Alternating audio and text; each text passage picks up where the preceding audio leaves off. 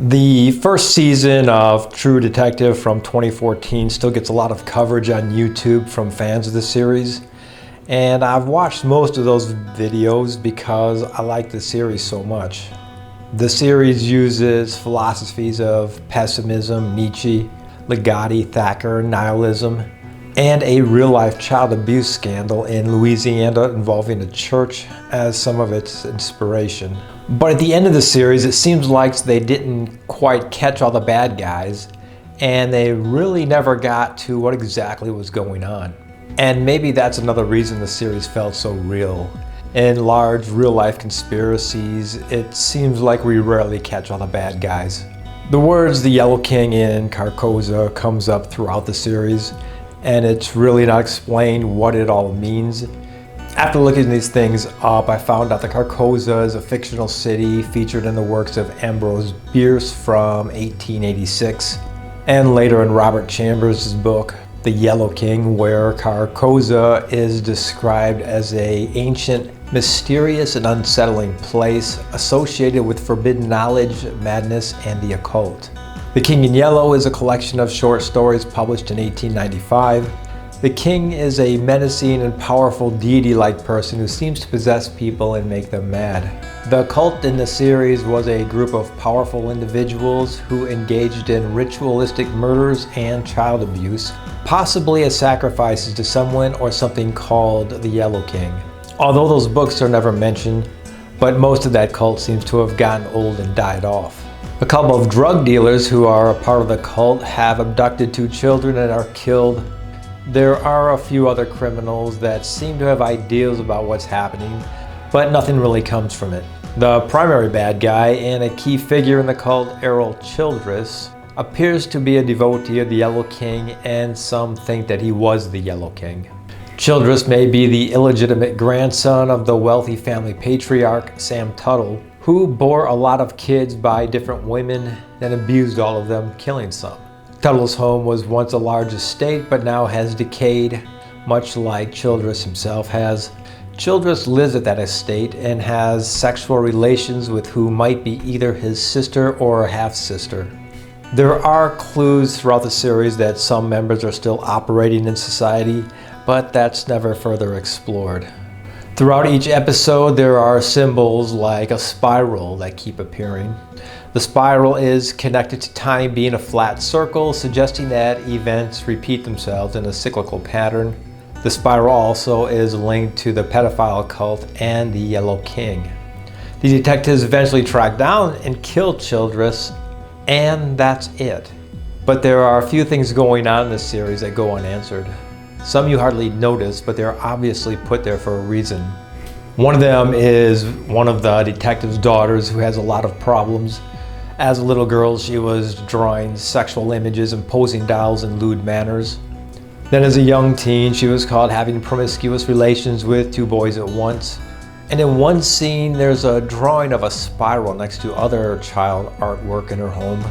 It's never mentioned, you don't even notice it unless you've watched the series a few times. She's eventually put on SSRI drugs, but no one really asks what's going on with her. All of this seems it would lead up to some kind of abuse being done to her. The images of men in a circle surrounding a woman comes up a few times, like when the daughter puts dolls in those positions. And how would this little girl know about these things going on? There are 2 staged murders, one in 1995 and one in 2012, that kick off the separate investigations, but the reasons for staging them were never explained. The cult seems to have murdered a lot of people without getting caught, so why display 2 of the bodies years apart? As for spirals, these symbols have been found in prehistoric art and is thought to represent concepts like the sun, the cosmos, life cycles, and even portals to the spirit world. In 2007, the FBI put out a list of symbols used by pedophiles to identify sexual preferences. One is a spiral called Little Boy Lover. I wonder if the movie's creators intended that to be a hidden meaning. In the United States, around 460,000 children are reported missing every year. Over 90% are found and returned home, but roughly 1 out of every 10,000 are not found alive. So how seriously does law enforcement take it? On January 6, 2021, The Capitol was breached by supporters of President Trump. They trespassed, broke some things, and scared our elected leaders. The FBI's investigation into this was the largest investigation in its history. The Department of Justice stated that over 5,000 employees worked on it. I find it mind-boggling that all of law enforcement deemed that frightened politicians was the worst thing to happen in the history of the FBI. And like that series, there's this other really weird scandal involving accusations of underage children with the rich and powerful. Jeffrey Epstein's island seemed like it could have been a Carcosa, a mysterious and unsettling place associated with forbidden knowledge, madness, and the occult. With Epstein, a menacing and powerful deity-like person serving as the Yellow King. What were presidents, world leaders, news media, actors, royalty, bankers, and some of the wealthiest people alive doing on this tiny little island? And why was that island later bought by a billionaire? It seems like there is a cyclical spiral of repeating rumors and convictions of rich people involving sex crimes that keep happening, with somebody or group recording all of it to ensure everyone stays quiet. In True Detective, Russ Cole says he believes human consciousness is a tragic misstep in evolution, which leads him to the conclusion that the most honorable thing for humanity to do is to cease reproduction and collectively move towards extinction.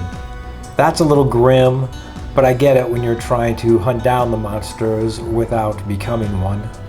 The series introduced me to a few more ideas and authors along the topics of pessimism and nihilism, which I began following over a decade ago. And while I still don't know the exact nature of the Yellow King or Carcosa, here on YouTube, I still find myself listening to that kick-ass soundtrack to the series. So that will have to do for now. Good night. Boo.